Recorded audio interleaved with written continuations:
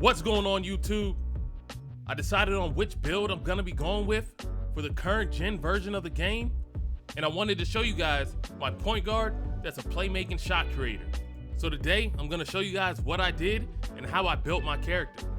But before we get into the video, make sure you guys hit that like and subscribe button if you're new, and bang on that notification bell. So before we get into the details of how I put this my player together, I want to quickly explain what I was aiming for. With Dame Dollar being the cover athlete for this year's 2K21, I definitely had to make somebody that can shoot your lights out and break your ankles if you aren't careful. And as always, it's a must that I have some defense in there as well.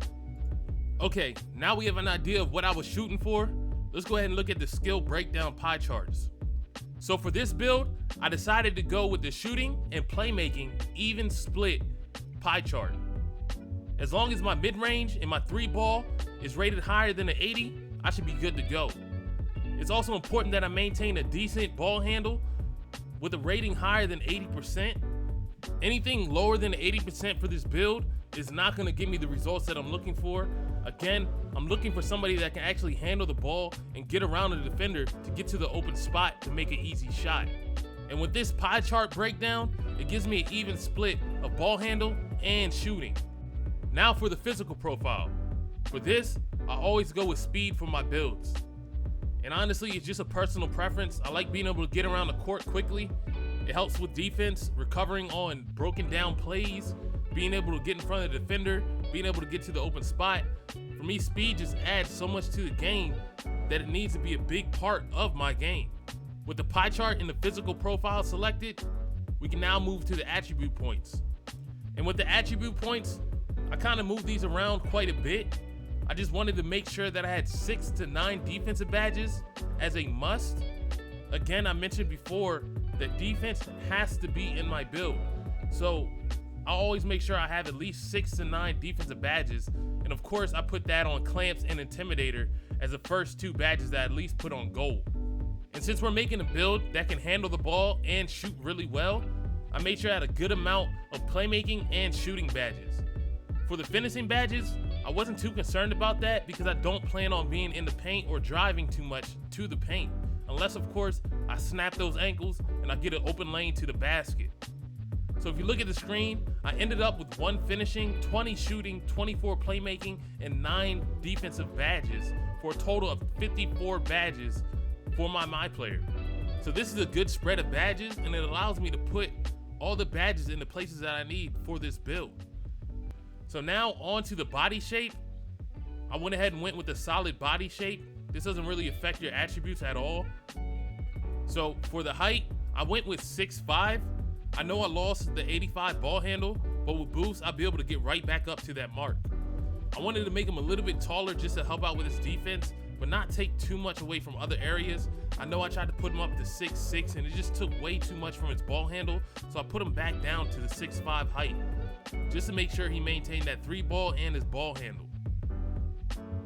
Now, for his weight, I put him at 182, and I did this just to give him a slight boost to his speed. I did lose on post moves and interior defense, but hey, he's a point guard, so I don't really see myself being in too many situations where I'm guarding in the center or I'm gonna be guarding in the paint or being in the paint at all. Now moving to his wingspan, I put his wingspan at 84.2.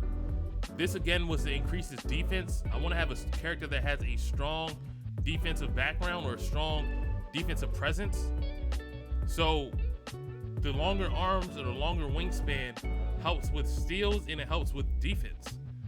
So I definitely had to add the 84.2, and I did not want to take away again from his ball handle or his 3-point shot, so I didn't make his arms too long, but just enough to add some type of impact on defense.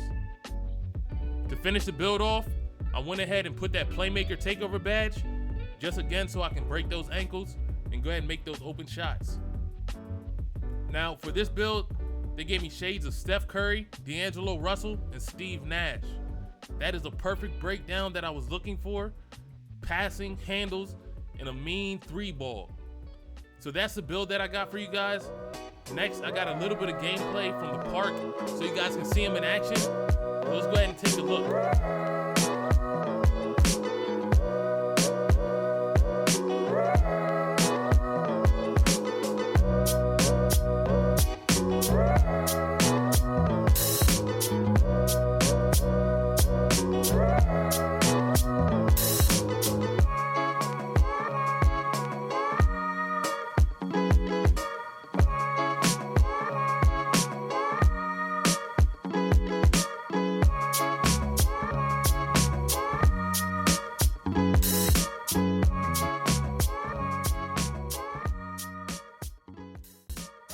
Well, that's all I have for you guys.